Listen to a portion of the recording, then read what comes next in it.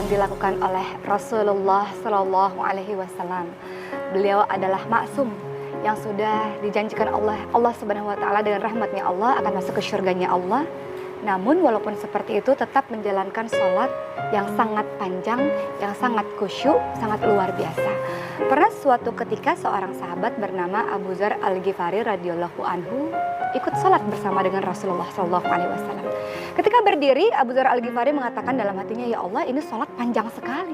Ketika Rasulullah SAW membacakan surat Al-Baqarah, Abu Dzar Al-Ghifari radhiyallahu anhu berpikir, oh setelah Al-Baqarah ini pasti akan ruku.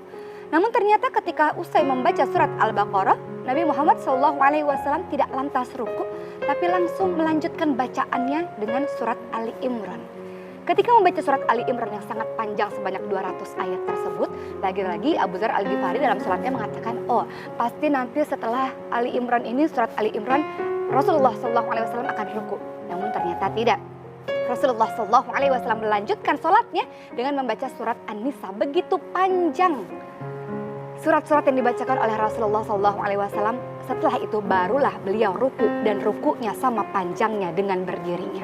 Maka kalau banyak sahabat-sahabat yang mengatakan, Rasul kakimu bengkak-bengkak sekali. Bengkak-bengkak kenapa? Karena banyak sholat yang dilakukan oleh Rasulullah SAW. Begitu pula dengan Aisyah ketika bersama dengan Rasulullah di malam yang dingin, ketika seharusnya sepasang suami istri saling bermesraan satu sama lain, tapi Rasulullah SAW dengan penuh kelembutan meminta izin kepada sang istri yang paling dicintainya untuk sholat malam, qiyamul lail, menghidupkan malam.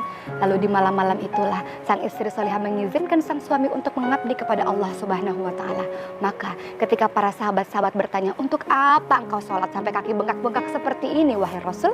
Maka Rasulullah SAW menjawab, bukankah aku bisa menjadi orang-orang yang senantiasa bersyukur? Aku harus menjadi orang-orang yang senantiasa bersyukur. Itu Rasulullah SAW.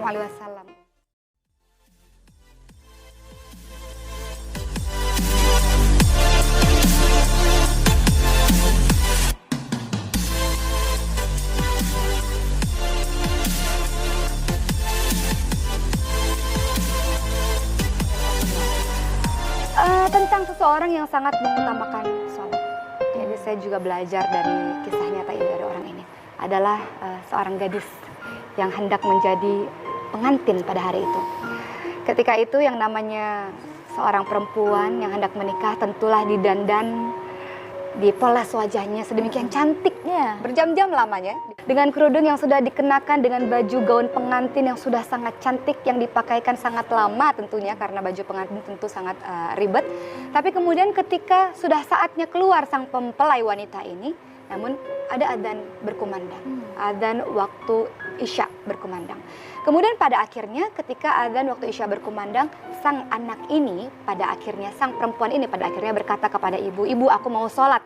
Kemudian sang ibu mengatakan, nanti saja kau bisa menjamak sholatmu, kau bisa nanti setelah itu, setelah acara ini selesai kau bisa sholat. Namun sang wanita ini, sang mempelai wanita ini mengatakan, tidak ibu, aku ingin sholat sekarang bahwa Allah telah memanggilku. Kata ibu, kau gila, kau ini sudah dandan berjam-jam dengan memakai kerudung yang sangat repot seperti ini, lalu kau wudhu dan kau menghancurkan make upmu, kau menghancurkan polesanmu, kau menghancurkan jilbabmu yang sudah dipasang berjam-jam ini, nanti saja sholat kan bisa. Tapi anak ini mengatakan, tidak ibu, untuk apa aku cantik di mata manusia tapi aku tidak ada artinya di mata Allah. Untuk apa aku menarik di mata manusia tapi tidak menarik di mata Allah Subhanahu Wa Taala.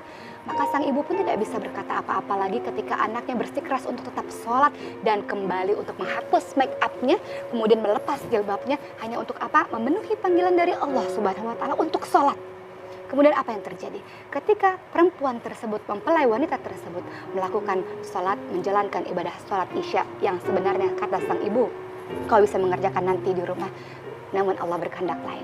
Allah panggil dia kembali ke rahmatullah dalam keadaan sholatnya, dalam keadaan sujudnya, waktu terbaik ketika bertemu dengan Allah, ia mati dalam keadaan ya, husnul khotimah ya. Itu sukses dunia akhirat itu bukan saat kita mempunyai harta berlebih, jabatan apapun, tapi saat kita meninggal Allah ridho, kita dalam keadaan husnul khotimah.